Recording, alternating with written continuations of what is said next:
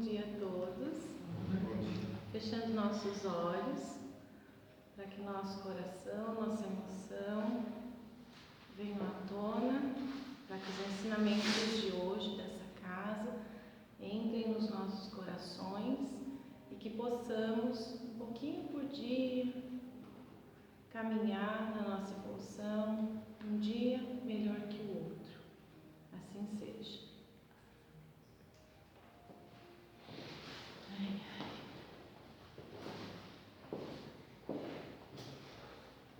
Bom dia. Bom dia. Bom dia, gente. Então, dando continuidade ao estudo do Livro dos Espíritos, né?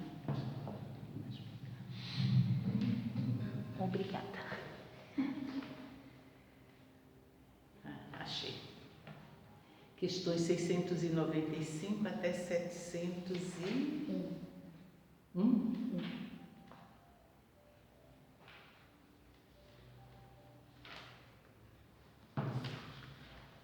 Achei.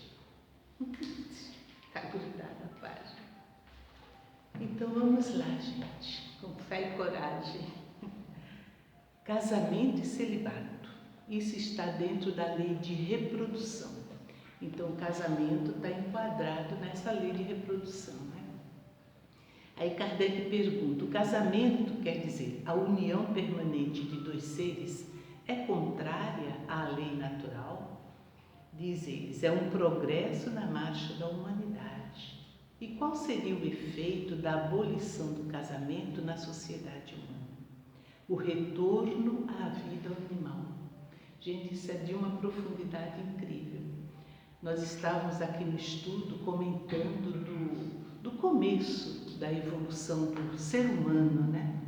Então vivíamos, e era normal a união, o macho e a fêmea, né? O homem e a mulher, uma união assim mais sem compromisso, simplesmente tinha o desejo, né? E o homem pegava a mulher e tal.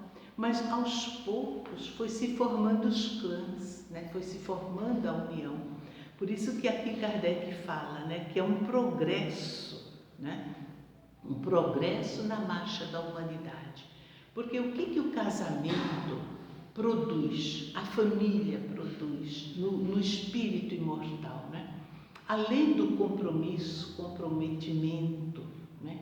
Você desenvolve a amorosidade, a solidariedade, o afeto, né? Então, os laços de família, não é mais aquela coisa fortuita de ficar, de simplesmente estar só pelo desejo, né, do corpo. O casamento é aquele fala, né? A união livre, a união livre e fortuita dos sexos é um estado natural. Então os animais assim o fazem, né? E alguns animais até eles se unem mesmo, né? E ficam, né? Dizem que os patos, ganso, tem outros, né? Que formam um clã. Aí ele continua, mas o casamento é um dos primeiros atos de progresso da sociedade, porque estabelece solidariedade, já tinha falado, né? E ainda em condições diversas. A abolição do casamento seria, pois, o retorno à infância da humanidade, quando não há compromisso, quando a pessoa vive para os seus próprios instintos, né? Então, hoje em dia, a gente vê um movimento muito grande, mundial, de combate à família, e não é de hoje, né? Quando a gente vê desenhos animados, por exemplo, sempre chamou a atenção o fato de tio Patinhas é tio, né? Aí o Pato Dono não tem mãe, não tem pai, né? São sobrinhos, né? Isso. Então você vê que já está há muito tempo vindo essa coisa, né? De transformar a família em alguma coisa desnecessária, né? É um retroceder. E essas ideias nos trouxeram aos dias de hoje, onde existe uma exacerbação, assim, um negócio assim profundo, do sexo livre, do amor livre, da falta de compromisso, casa, descasa, vai, não vai, assim, entende? Então, isso é separação de joio e trigo mesmo. Porque tem alguns que querem se comprometer, que vai. O que leva uma família, né? Uma união, duas pessoas se unirem? Vão projetar junto um futuro, vão se ajudar mutuamente, vão dar uma base de segurança. Não tem nada mais seguro. Por que os animais que são bem tratados vivem muito? Outro dia eu estava ouvindo um veterinário falar, né? A constância, a não alteração. Então ele tem sempre aquele cantinho, ele tem a comida na hora certa, ele tem o carinho na hora certa. Isso dá uma estabilidade emocional que prolonga a vida. Agora, como que o ser humano não vai ter isso? Como que as pessoas podem achar que pode estar pulando de galho em galho toda hora? Muda de família, muda de casa, muda de pai, muda de mãe, entende? Não faz sentido, né? Se a gente pensar, né? Aí Kardec pergunta, e a indissolubilidade absoluta do casamento está na lei natural ou é somente uma lei humana? E aí ele responde, a indissolubilidade absoluta é uma lei humana muito contrária à lei natural. Mas os homens podem mudar suas leis, as da natureza são imutáveis. Então, o divórcio, a separação, só se separa mesmo o que já não estava unido. E o que une é amor. E o amor, como diz Paulo de Tarso, né? Aos Coríntios, tudo espera, tudo aceita, é paciente, é benfazejo, é compreensível. O amor é aquilo que Jesus já falava, né? Indulgência, benevolência e perdão. Isso é o amor. Se há amor entre as pessoas, o casamento vai até o fim, vai de vento em popa, porque as pessoas estão unidas e isso faz com que vença os obstáculos, né? Faz com que um fortaleça o outro.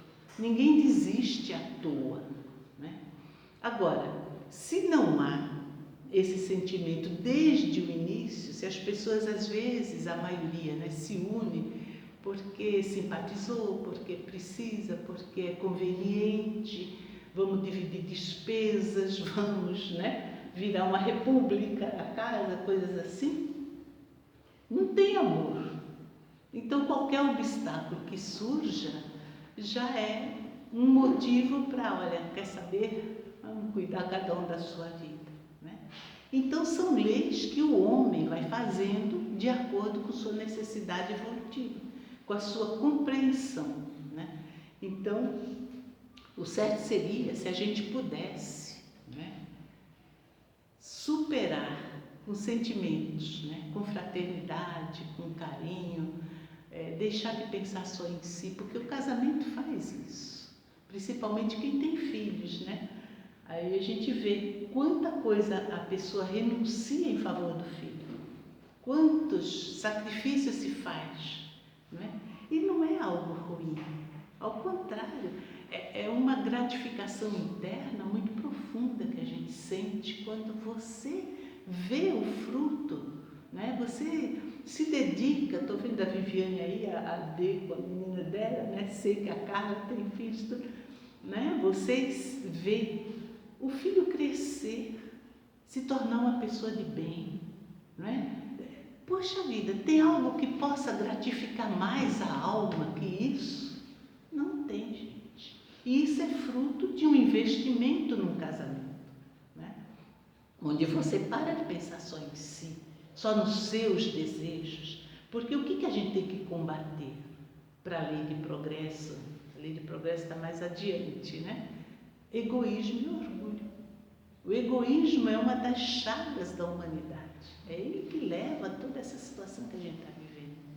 Então, como que a gente vai combater o egoísmo? Como que eu vou um dia amar ao próximo como a mim mesmo, que é a lei maior, né? Amar a Deus acima de tudo, ao próximo, se eu não consigo amar 3, 4 dentro de casa? Não é verdade? Como que a gente vai conseguir isso? Então, o casamento ajuda o espírito a desenvolver suas virtudes, que são os atributos da alma, né? Até então, a gente vem desenvolvendo instintos, né? O instinto predomina dentro da nossa vida, né? Instinto de conservação é um instinto, né? Mas eu vou conservar a minha vida, acho que esse já foi a lei de conservação, ou é a próxima, nem sei, é a próxima lei de conservação. Então, eu vou conservar a minha vida em detrimento de outros? Não, vocês vão ver isso a semana que vem, é o próximo capítulo. Então, você começa a perceber que dar de si, você se engrandece, né? E a família é o primeiro espaço. Ontem eu ouvia um programa da AME sobre afeto, foi ao vivo, é a AME Brasil, até recomendo esse canal, né? Porque fala de saúde e espiritualidade. E o médico obstetra, né, estava perguntando qual é a maior emoção na maternidade. Eu até mandei, se vocês entrarem no canal, vocês vão ver meu comentário lá. Né?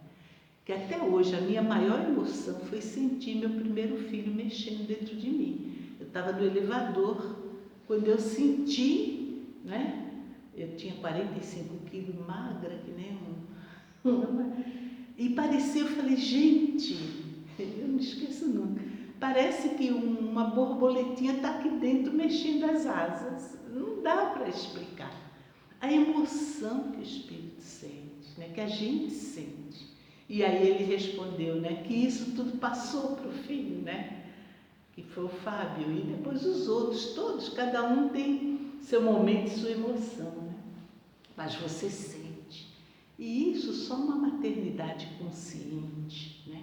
Quando você está ali porque você quer, você planejou o filho, você quer ter aquele filho. Então, você sente-se feliz, gente. Então, o casamento é uma instituição divina, é alguma coisa planejada mesmo por Deus, para que a gente tenha a família, para que a gente aprenda, porque não vai dar para amar a humanidade como Jesus pede, um dia a gente vai se amar uns aos outros como eu vos amei, sem amar esses que estão próximos de nós. Não tem como você vai conseguir isso daí, né?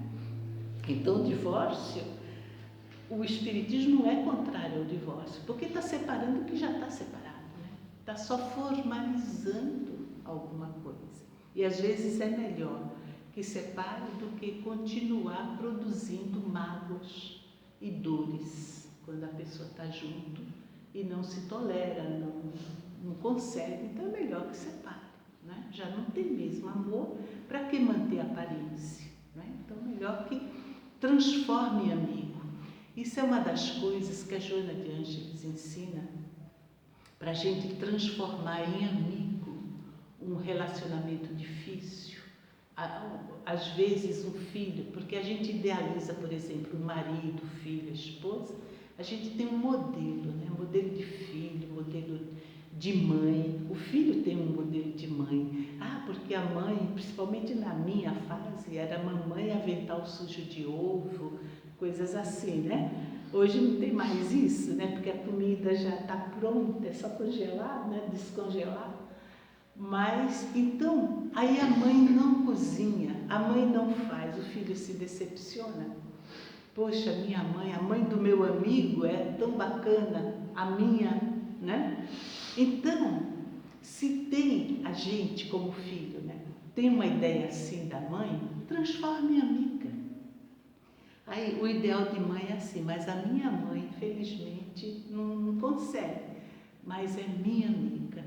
Entende? Eu amo, sabe? Transforma. O marido, às vezes, chega uma fase, eu, 50 anos de casado, ano que vem, então não é mais aquilo de 50 anos atrás, né? Mas é o companheiro, é aquele que está ali, né? Que a gente confia acima de tudo, de qualquer outra pessoa, ele é a quem eu mais confio. Então, você vai transformando a coisa para adequar, né? Não fica preso na fantasia, nem na idealização. Poxa vida, que eu queria um marido assim, eu queria uma esposa assada, eu queria um filho assim, assim. A gente tem o que precisa ter dentro das nossas necessidades. A mesma coisa, pense assim, que o mundo evolui, né? Nós todos estamos evoluindo, então não adianta meu netinho de 4 anos querer ir para a faculdade. Não tem como. Ele só tem 4 anos, não sabe nada ainda, né? Não adianta o menino Davi já querer estar lá, né? No banco da faculdade. Tem que passar pelo fundamental e terminar e fazer um colegial e coisa e tal. A mesma coisa. Às vezes a gente quer algo, mas a gente não está pronto para ter aquele algo. Então nós vamos ter as pessoas dentro do nosso nível evolutivo, dentro das nossas necessidades, o pai, a mãe, a família que a gente precisa ter, né? Para poder se desenvolver, né? Você vai pôr seus filhos na escola adequada ao nível intelectual dele, ao nível né? A idade cronológica, né? O meu netinho de 4 anos só pode ir lá, o do João já está na 8ª, a outra já está na 7ª, entende? Então, cada um numa fase, o Marco já está na faculdade, quer dizer, cada neto meu está numa faixa etária. Os dois se entendem, mas cada um tem seu nível. Família é a mesma coisa, né? A gente se junta por lei, a lei de atração, a lei de afinidade, a lei de necessidade, de recompensa, são tantas leis que regem a nossa convivência que não tem como a gente fugir, né? Continuando, aí ele vai falar, e o celibato? O celibato voluntário é um estado de perfeição meritório aos olhos de Deus? Celibato, né? Quando a pessoa não quer casar. E eles dizem não é algo bom aos olhos de Deus. E os que vivem em celibato por egoísmo desagradam a Deus e enganam todo mundo. Aí ele ainda insiste, Kardec, né? Mas o celibato não é, da parte das pessoas, um sacrifício com o objetivo de se devotar mais inteiramente ao serviço da humanidade? Responde eles, aí é diferente. Eu disse que não é agradável a Deus por egoísmo, mas todo sacrifício pessoal é meritório quando é para o bem. Quanto maior o sacrifício, maior o mérito. Então, muitas pessoas fogem do casamento, né? Fogem do compromisso com uma família. Muitas vezes, se é por egoísmo, aí eu não quero me comprometer, não quero perder minha liberdade. Imagina, eu já ouvi muito isso, né? De mulheres que falam, eu não quero ter filho de jeito nenhum. Imagina nunca mais poder dormir, não poder sair, ter a vida inteira ficar comprometido. Entende? Chegam a pensar assim, isso é puro egoísmo, né? Isso não está te elevando em nada. Agora, uma pessoa, por exemplo, a Madre Teresa, Chico, Divaldo, Raul Teixeira e tantos outros, né? A Irmã Dulce, pessoas que se dedicam, cientistas, que se dedicam a uma carreira em benefício da humanidade, aí tudo bem, casou com a carreira científica, casou com a vocação de ser professora, sei lá, né? Ou a pessoa está vivendo, não está fazendo, não é uma escolha por egoísmo. Eu não caso porque eu não quero me comprometer. Às vezes a pessoa não casa porque não conseguiu, não achou, não encontrou, ou não está na sua história casar. Também tem isso, gente. Nem todo mundo está pronto para ser pai e mãe, né? Nem todo mundo tem isso na sua programação reencarnatória. Então ele vai se dedicar. Muitas vezes vai se familiarizar, sendo uma professora, por exemplo, uma enfermeira neonatal, vai se familiarizar com criança, vai se familiarizar com a ideia para numa próxima vida ter seus filhinhos. Tudo, gente, tudo tem um propósito, não tem nada solto na vida. E a gente sendo espírito imortal, estando reencarnando toda hora, a cada vida tem alguma tarefinha para aprender. Se olharmos assim, a gente compreende melhor as coisas do mundo.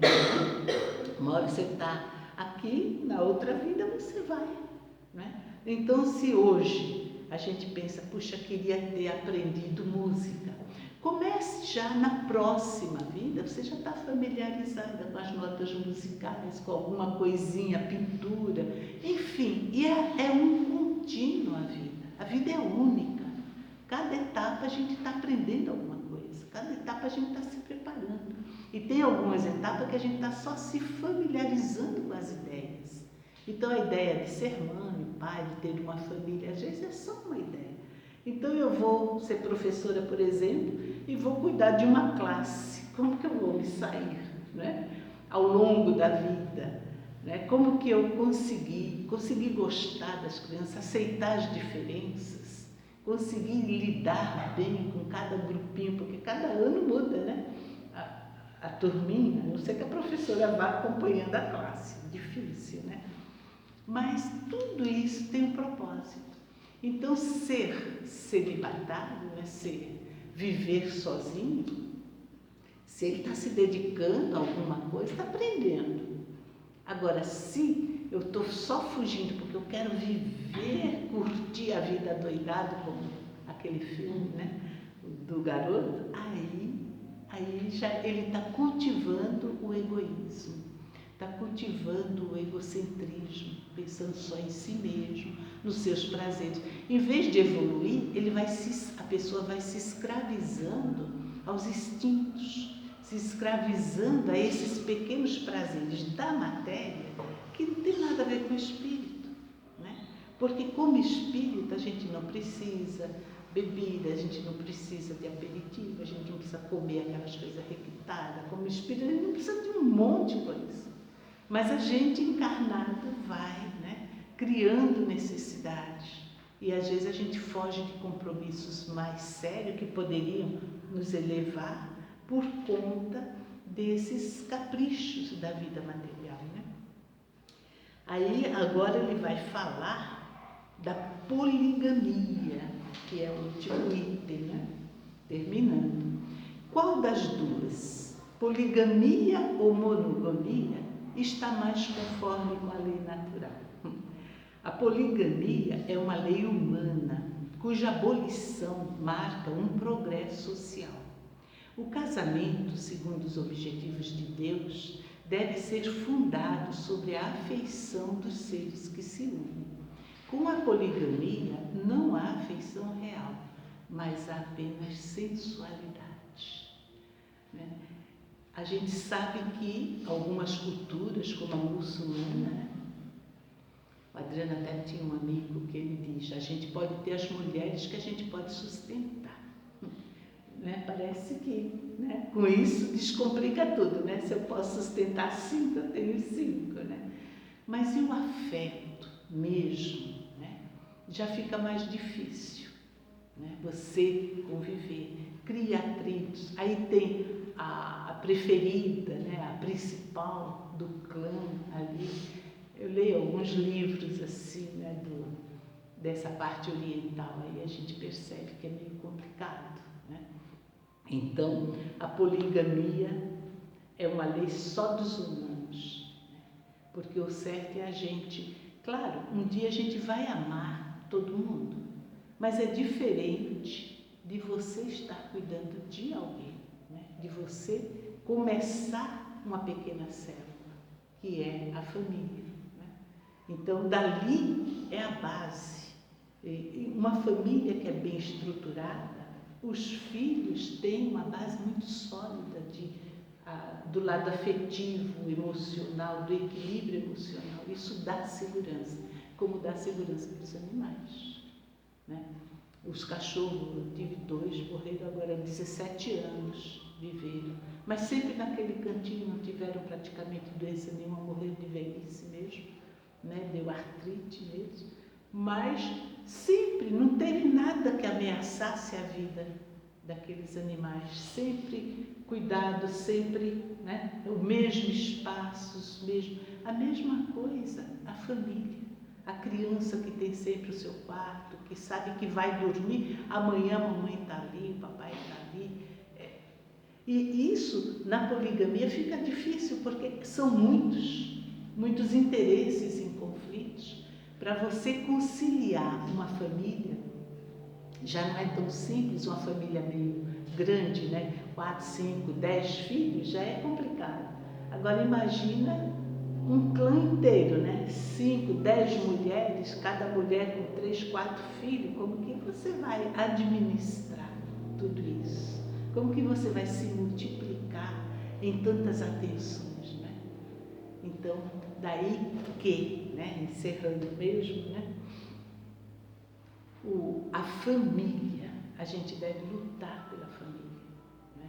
Embora todo esse modernismo dizendo que, né, não tem problema, é os meus, os seus, os nossos, é um exercício de fraternidade, sim, é, mas nem todos estão prontos para conviver com separações, principalmente crianças, né? Nem todas estão prontas para isso, a gente vê que eles sofrem. Então, se for possível manter o respeito, a amizade, o carinho, mesmo separando, né, continuar, né, manter a união como amigos, pelo menos, né, para manter uma estabilidade emocional para as crianças até que se tornem adultas, né. Então, tem tudo isso para a gente pensar nesse capítulo, que era a lei de preservação, não é isso? É lei de reprodução. Então, eu não sei como foram as outras semanas atrás, né, que foi o capítulo todo, mas deu para entender esse pedacinho de família, da importância que é a gente conseguir, né, levar um casamento, superar nossas próprias dificuldades, superar nossas mágoas, superar essas mudanças que vão ocorrer na vida, gente. Não dá para ser tudo igual, desde o namoro até bodas de ouro. Não tem como. A gente muda, a gente cresce, a gente se transforma no dia a dia. Então, cada fase do casamento é diferente. Então, o segredo está em você não querer viver do passado. É você se reinventar agora, no presente, para construir um futuro do jeito que for possível, né? Entende? E muda. Se não mudasse, não teria progresso. A gente está mudando a cada dia. Cada situação que acontece dá um clique aí dentro, a gente vê por outro olhar a vida. Então, vai levando a união nessas transmutação. E pode crer, vai ser sempre para melhor. Se a gente consegue superar, a gente está se melhorando. A gente, eu digo família, né? O parceiro, os dois ali, marido e mulher, eles vão estar colaborando. É como uma floresta, cada árvore vai ter o seu espaço, mas por baixo ali as raízes estão se tocando e se alimentando. Então deixa o marido crescer, a mulher crescer, os filhos crescerem, mas você está ali. É como ilha. A gente pensa que a ilha no oceano é só uma ilha, mas lá embaixo, no leito, é tudo igual. É um leito só, o oceano. Então, aquela parte ali sobe e vira uma ilha. Mas se você sugar a água do oceano, você vai ver que os montes, o chão é o mesmo. Então, é essa base. A ideia desse capítulo, pelo menos dessa parte, é a gente ter esse entendimento. Que mesmo que mude, vamos estar ali unidos, dando uma sustentação. E o outro vai crescer de algum jeito diferente, que não é bem o que a gente queria, mas o que eu posso aprender com isso? E o que ele pode aprender comigo com isso? Aí os dois crescem mais e mais. Deu para entender, gente? Tá? Então, acabou. Fica para a próxima semana agora a lei de progresso, se não me engano. Então é isso, vamos encerrar. Agradecendo a Deus, pedindo desculpa a vocês pelo improviso, esperávamos fazer isso hoje, mas Deus é tão bom que nos ajuda a entender a nós mesmos, falando de casamento, falando de mim, do meu, de tudo, da minha vida, porque é a vida de cada um, não somos diferentes, somos todos iguais, né? Cada um com seus problemas, cada um com seus sonhos e ilusões. E isso é que torna a vida tão dinâmica e tão maravilhosa.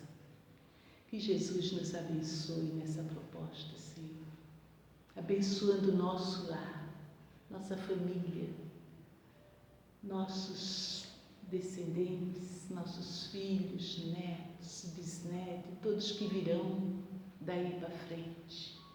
Que possamos, Senhor, deixar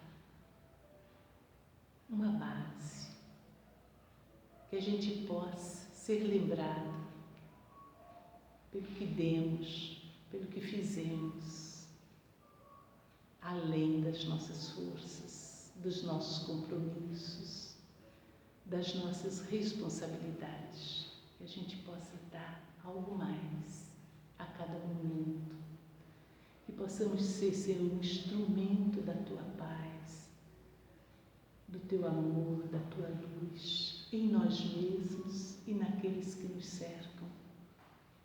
Que Jesus nos abençoe, abençoe a família, as famílias de todo o planeta, todos aqueles que se propõem a se unir, mesmo que não tenha aquele amor idealizado, mas o respeito, o carinho, a amorosidade, o companheirismo, a cumplicidade, que a gente possa ir passo a passo para um dia chegarmos ao amor universal.